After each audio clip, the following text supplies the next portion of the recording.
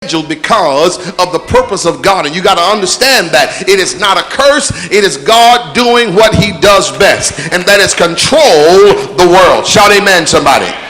All right, so sometimes what heaven has on his schedule is not what we've expected, and we get sometimes despondent and troubled because things aren't happening the way we want them to happen. But you have to focus on what God wants, not what you want. Say what God wants, not what I want.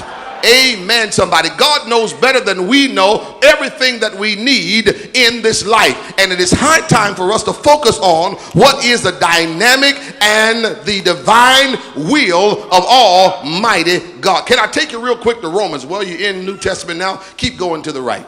Go to Romans chapter 5 real quick. Hurry. I'm almost finished. I got to go to North Memphis and preach again. Are you ready? All right. Look here in Romans 5, 1 through 5. Notice what it says. Therefore, having been justified by faith, we have peace with God.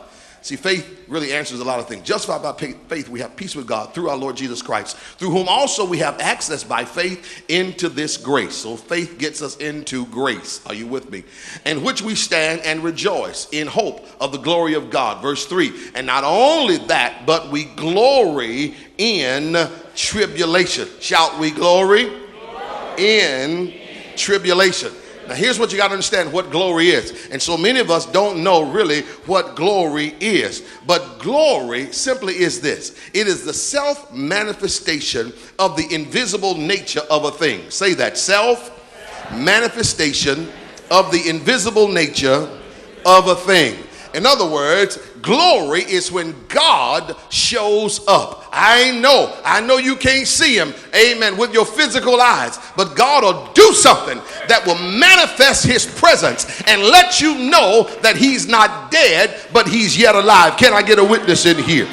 So notice here the Bible says, but we also glory in tribulations, knowing that tribulation produces patience, and patience produces experience, which is character, and experience produces hope. So in other words, everything that happens in our lives is connected to something else. Say that. Everything that happens in my life is connected to something else. Come on, say it again. Everything that happens in my life is connected to something else. That's what you got to know, is that everything in life is connected to something else. It is not meaningless. It is purposeful. So that means God is trying to bring something about. I preached a series. Some of you remember the series I did on connecting flights. And I dealt with so many things. I dealt with watching the monitors. I dealt with finding the will of God. I dealt with scattering. And I preached that sermon, that series, because of my continuous flights. I had to go here and there, and I'm constantly flying. But I got a little weary with my flight, and I was so upset, I started preaching about flying. So I started talking about connecting flights. And what God revealed to me, though I prefer a non-stop, he revealed to me that sometimes connections are necessary. Are you hearing this? Let me tell you why. Because, namely, connections are cheaper than non-stops. Okay? And then sometimes the planes will have to stop and refuel again. Are you hearing me? And even now, after that 9/11 situation, you have a whole lot more connecting flights now than you do non-stops. Hear me, church. But what that says to me is that in life, every flight we take is connected to another. That's what you got to know, that all things work together. Say that. All things work together. Will you turn to your neighbor and say, everything you're going through is attached to something else? You cannot isolate the incidents in your life.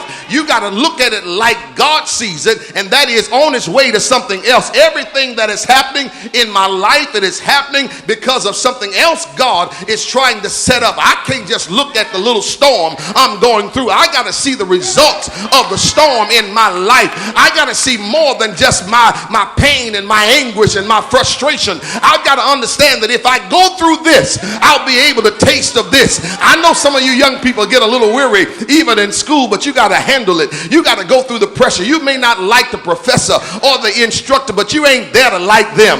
You're there to gain some knowledge and some information.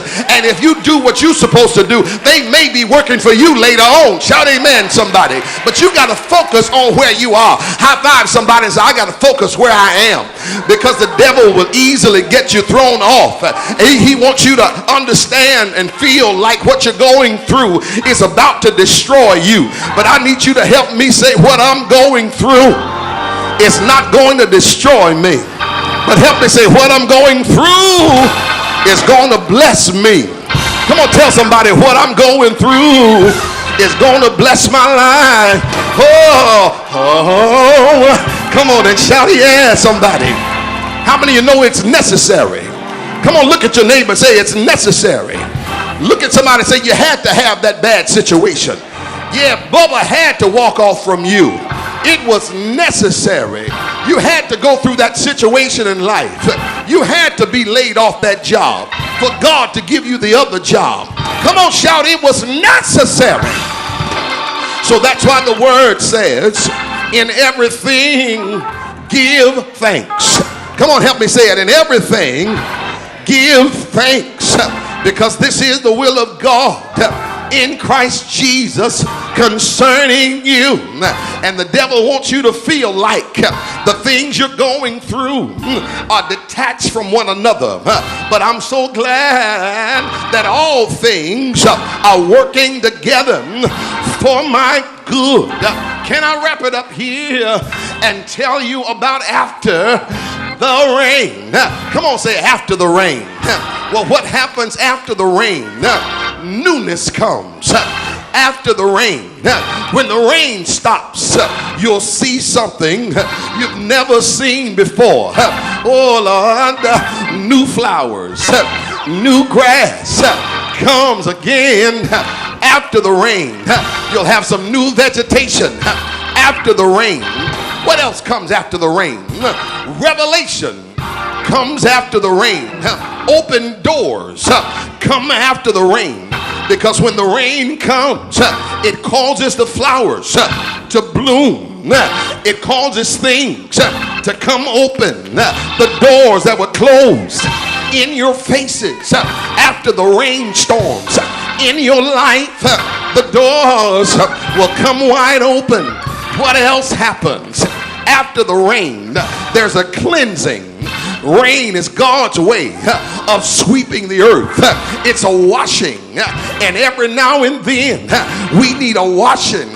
We need God to wash away old experiences, old frustrations, old agony. Talk to me, somebody. Not only is rain a cleansing, but rain, come on, shout rain.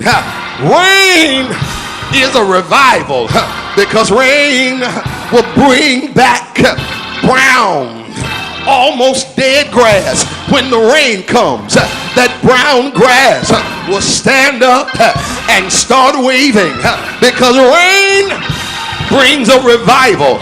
Anybody need a revival in your life? What else will rain do? It will sustain you, because there's some things in life that need to maintain, and God wants to help you not to turn brown, but he wants to keep some water on you so you stay green. High five somebody and say evergreen. That's what he wants in your life. Well, there's something else that the rain does. Can I tell you, the rain brings glory. The rain reveals the promise in your life, because after Noah had experienced the rain in his life, it rained for 40 days and 40 nights. But oh Lord, after the rain, somebody shout after the rain, there was in the sky a rainbow that would remind them of the promise of God in their life, that it won't rain like this no more, but trouble is coming by far next time. Can I tell you, in my close, that victory comes after the rain. Nudge somebody and say, you're gonna dance after the rain. Lord, help me in here. What can I tell you? It's just like the victory that came for David after his fight. It was victory that came after Abel's death, after the Hebrew boy's furnace, after Moses' plague there in Egypt, after Daniel's lion den, after the woman's 12-year bleeding experience, after Joseph's imprisonment, after Lord.